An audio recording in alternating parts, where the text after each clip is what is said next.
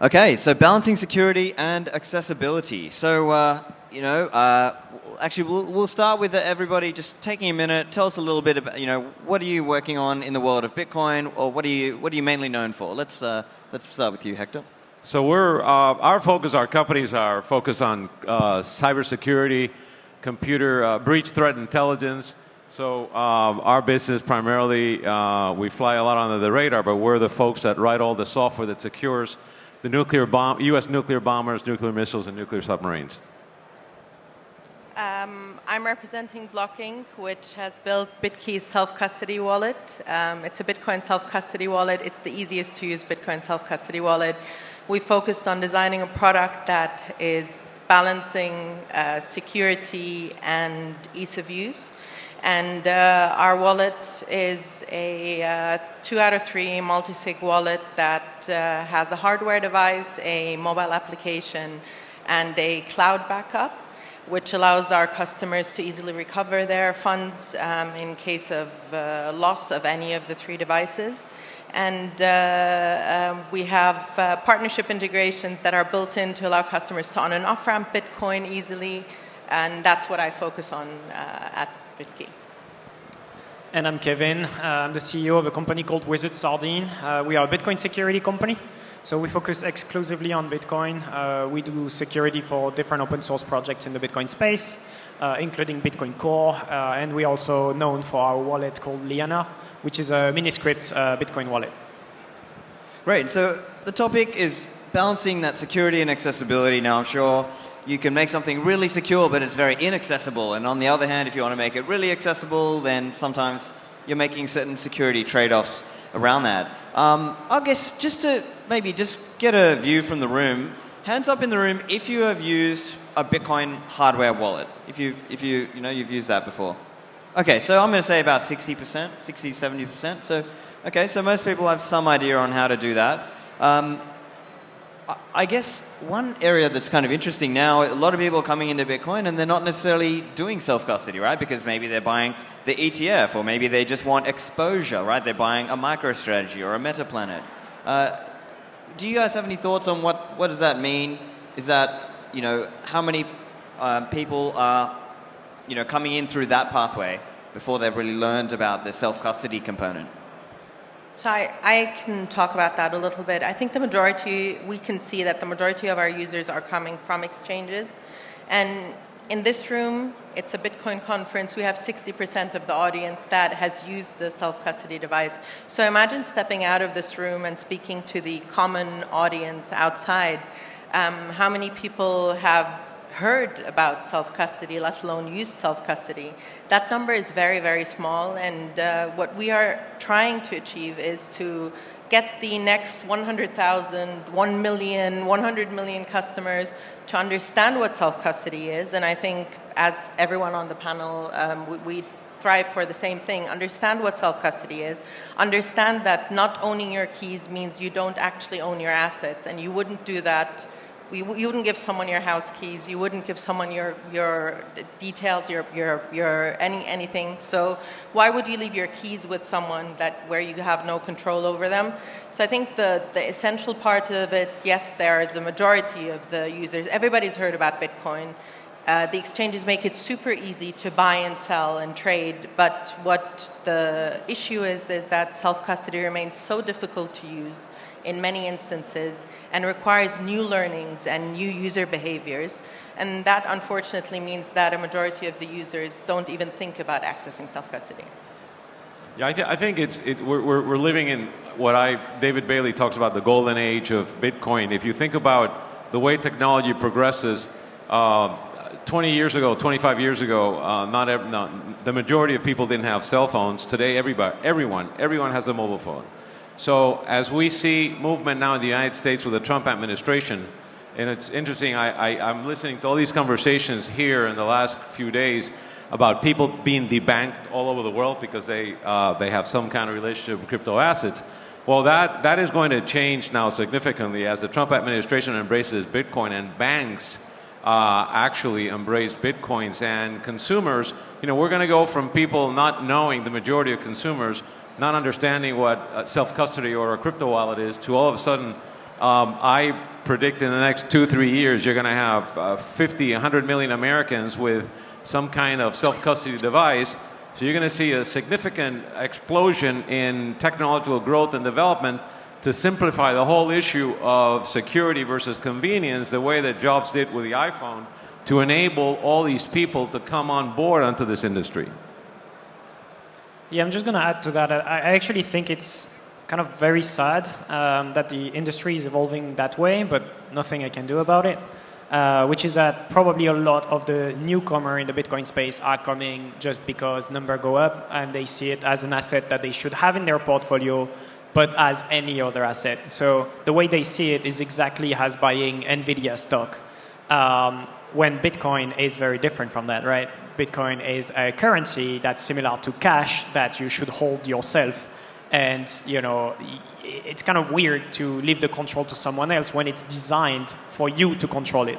But hey, you know, you use Bitcoin the way you want. If for you it's just a ticker, that number go up, you can use that. It's just, yeah, the way things are, I guess. So let's talk a bit to the crux of the issue, which is this idea of you can make it easier, but then does that make it maybe less secure, or is it potentially less verifiable, or is it less open? I guess these are some of the different trade-offs depending on what you use and exactly how you choose to self-custody your Bitcoin. If you do, of course, we encourage you to do so. But when we're talking about these trade-offs of security and accessibility, in your minds, what are the acceptable trade-offs to make to help, you know, onboard new people? And what are some areas that you would say, no, that's too far, that's making it too insecure, that I would not make that trade-off? So, you know, security is in the eye of the beholder, right? And it depends what you want to have secure. Today, we find, for example, governments wanting to keep data secure. A number of governments, especially here in this part of the world, like in Saudi Arabia, make it illegal for any kind of data to leave the country. So all data has to be stored inside the country in repositories in the country. The reality is that, you know, when you think about what information is the information you care about that needs to be secure, and what information doesn't really need to be secure. And then you go into this issue of whether security versus convenience, right? So obviously, if you have a considerable amount of money, but again, considerable is relative, because if I'm an average American or average citizen and I have, maybe now Bitcoin is becoming mainstream and I have $10,000 in my savings account, I might want to take $2,000 of that and put it into some kind of device to store it. Well, $2,000 for me is as important as $1 million is for somebody that has 10 or 20 million. So, you know, it depends on how I want to, you know, protect that. But there's always going to be a trade-off between security and convenience, right? We are finding in our space, our technology, there's a number of technologies that we see in the military space, which is my role these days, that are being declassified to come over into the consumer space, that are going to make things a lot more simpler. But there's always going to be some kind of little bit more complexity if you really want to be secure. And that's something that it's up to the individual user to adhere to. So we believe that accessibility is key to security. If you have something that's super secure but it's not accessible, it devalues your security because you've made it so secure that you can't access it again. So at BitKey, what we're focusing on is ease of use and ease of access. We focused on security measures to ensure, you know, it's a 2 out of 3 multi-signature. You have to use either the hardware or your mobile application to sign any transaction. It requires a fingerprint that is authenticated. So we have focused on many security elements, but we focus on building a product that is accessible and easy to use in order to increase adoption. And by increasing adoption and by limiting the learning curve that's required for customers to onboard onto self-custody, that basically helps widen the pie for self-custody and also build more understanding within the consumer's mind as to why the need for that exists, and how easy it can be to actually own your keys and secure them in a way. And where we have gone a little bit further is through our partner integrations, we have ensured that there are signature models that go between BitKey and the partners that we have integrated in when a customer wants to either move their BitKey from an exchange, their Bitcoin from an exchange into BitKey, or vice versa, move it from BitKey back onto an exchange, that there are signatures that go through that and make it easy for the customer without having to copy and paste or having to do anything that risks the journey of their Bitcoin. So for us, that has, the way that we have built it and the way that we have set it up, that has meant that we have made trade-offs, deliberate trade-offs, that have helped us reach a more accessible product that still continues to meet the industry security standards. Okay, so the question was really again... So like, what trade-offs do you view as acceptable? Where versus what trade-offs do you think, okay, that's too far, you're making the device too insecure, or you're making the model too insecure? Right. So, yeah, I mean, when you talk about self-custody is not difficult to get started, right? The problem is how hard you want the security to go, or how far. Having self-custody of your Bitcoin to get started is much easier than buying Bitcoin on an ETF or in any of the regulated platform. Why? Because when you buy Bitcoin on a regulated platform, you need to go through the KYC, find your passport, scan your passport, do all the thing. Self-custody, what does it mean? You download an app, and here you go. Having an app on your phone is self-custody. Most of the Bitcoin wallet on your phone are actually self-custody. Now, would you put your entire net worth on your phone? Well, you do you, but you shouldn't, right? So then you should buy a hardware wallet. Again, if you have one hardware wallet, how difficult is that to set up? You can probably set it up in like 10 minutes. That might be actually still faster than registering on an online exchange or on an ETF provider. So even getting one single hardware wallet and get started with whichever brand you want, like seriously, most of them are very good. So just get started with that, 10 minutes, and you have a much, much better security than you had on your phone already. But then, of course, if you want to keep going, if you start putting, I don't know, millions in your Bitcoins, of course, then you need to start looking into multi-signature and things like that. A little bit more education involved. But again, I think it's worth it. So again, yeah, buying online, as in like leaving your coins online, is not, it's not hard, but it's still an annoying process. While doing self-custody is not hard either. It's just a different process. You just have to follow the steps, and it could just take 10 minutes. So yeah, it's not as hard as maybe what we've been talking about or scaring people about, with big words. It could be just downloading an app on your phone. So let's speak of it this way in terms of maturity over time. So as an example, a typical setup journey that maybe 60% of you might have gone through, you start with a hardware device. You write down your 12 or 24 words. That's your BIP39. That's your recovery phrase or seed words. But then now there are foot guns there, because if somebody else gets that, they can steal your coins. Or if you're now thinking about inheritance, okay, now you've got to make sure your family knows how to recover that. And then do you give them the 24 words, or do you, etc. So there's all these components of it that, that's the start of it. But then that's not the end, because there may be other components to it, right? You may have multi-signature once you're starting to deal with larger amounts. So there are all these different aspects to it. And what I've noticed over time is maybe over time there have been efforts to really simplify, but then at the same time, some of those simplifications make the user less secure. So I think, but that's part of the challenge of you're trying to thread this needle to find the right balance where the user has the ability to learn, or has the ability to be redundant or have redundancy and verifiability, but without losing too much of the security. So do you guys have any comment to add there? So if you think about the way we do banking today, right? So traditionally we have bank accounts with savings account and checking account. So then we have a debit card that's tied to those accounts, and then we use that card on the payment rails worldwide. But we really have, especially when you think about direct deposit. So if we work for a corporation doing direct deposit, they send a direct deposit into our bank account, then we're going to use that debit card or some people still may use checks to make payments, but we really never touch the money anymore, right? But we don't. What we have to access our money is an instrument the financial institutions give us, which is that debit card. Now, if that debit card or that credit card is lost, what is the risk for us with respect to our exposure of being out of that money? Well, and the fact is that the banks normally would make that money, we would be made whole on that money again, so there's no risk. So the point I'm making is that, you know, if you think about, and this is a main issue in the United States for massive adoption on behalf of the government for consumer adoption of cryptocurrency and Bitcoin across the board, which is the security and safety of those assets for those consumers, right?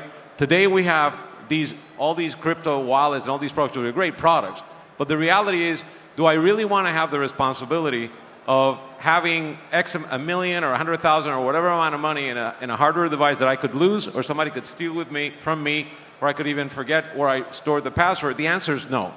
So in the future, do we really envision an environment where if crypto and Bitcoin is going to go mainstay across the world, or where people are going to have these devices? One of the things we do know for sure is that technology evolves at a massive, rapid pace. So, we don't know what will come out in the next 12 months, 24 months, but what I do predict is that we will move away from these devices where we will then store our crypto into some kind of mechanism and protocol under which, similar to what we have today, where we don't have to worry about it, and the institutions and the government will make sure that we're made whole if our money is taken. Interesting. So I guess that kind of implies more like a Bitcoin banking vision. Now, I'm not opposed to banking in general. I think, but there will be, let's say, maybe higher net worth people who maybe they want to, for the security aspect, they want to do that, or even the companies who are helping, maybe those banks, they will sort of have to have their own professionals who deal with the custody and all these aspects of it.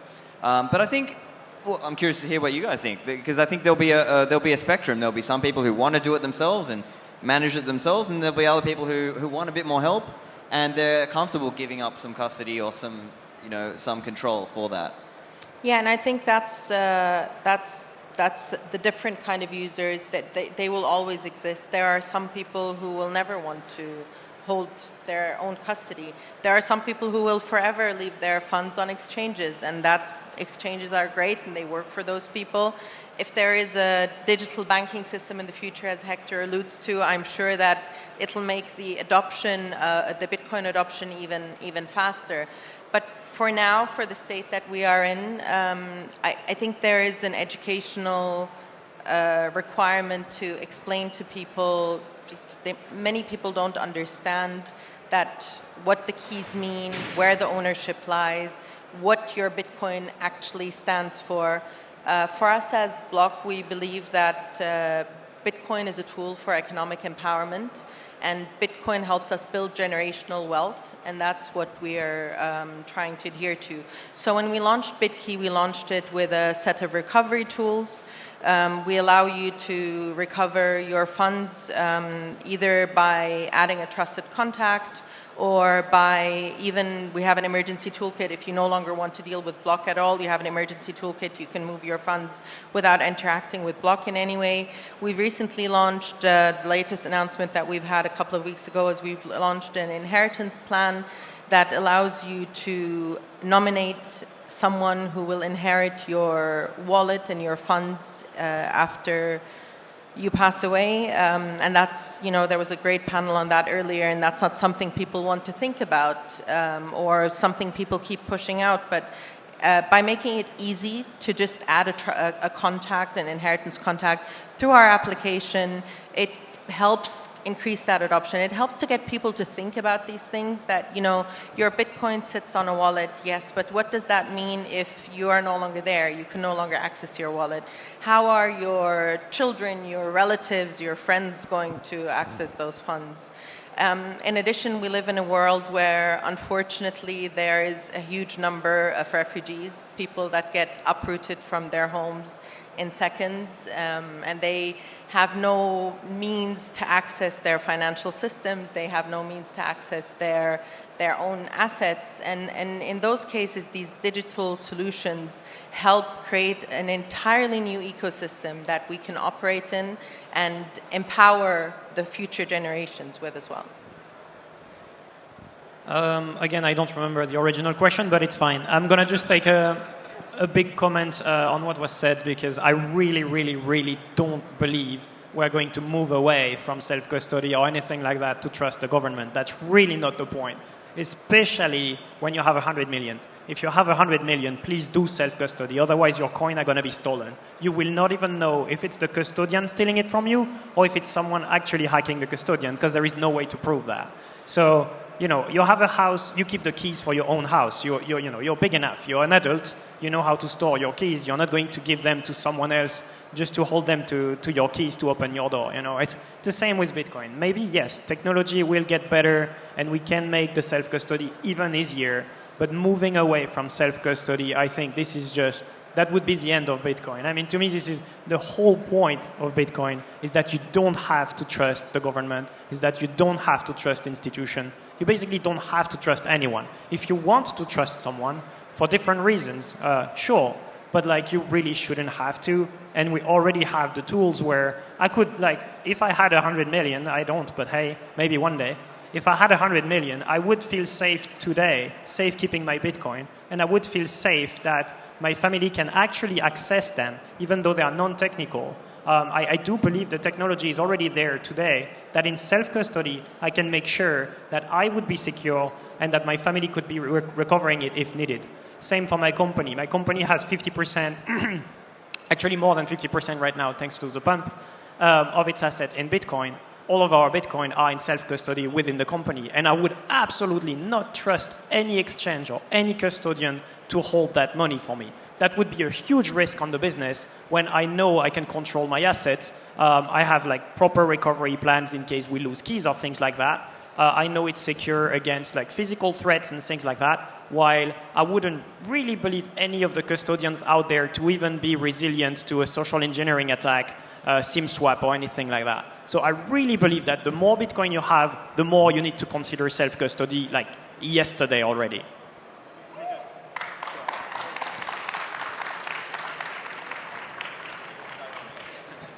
That's a good point, but I would urge my colleague and everyone here to never say never, right? 25 years ago, governments worldwide said, and corporations, we would never put our data on the cloud. Where are we today? Everything is on the cloud, right? And everything is on the cloud in an insecure way where all of our data on the cloud gets hacked every single day. In the United States, every single social security number of most Americans has been breached and hacked because it all went on the cloud. And one of the things that I would point to is if you look at what the exchanges are doing today, all the exchanges, they're buying banks or they're setting up licenses to do banking. So that should be very telling as to what sits on the horizon and what's coming. So yes, there may be, I think it's always going to be a mix. There's always going to be people that will want to self-custody, but I think that the mainstream consumer is not going to want to deal with that because of the risk to them would be too high. It's my opinion. Well, yeah, we're going to have to swap back and forth. We've only got about a minute left, but I think that also gets to, yeah, I mean, it comes to this point of like, maybe it's about how comfortable people get, right? I mean, to even earlier, right? If we talk about the early days of e-commerce online, people at the start thought, oh, I'll never put my credit card details online. You would be a fool to do that. But over time, people got comfortable with it. And so maybe that's really where it's going. It's actually, how do people get comfortable doing self-custody? Now, of course, maybe Kevin and his team, because they're really focused on, that's your job, right? That's your business. So of course you have to be comfortable learning self-custody.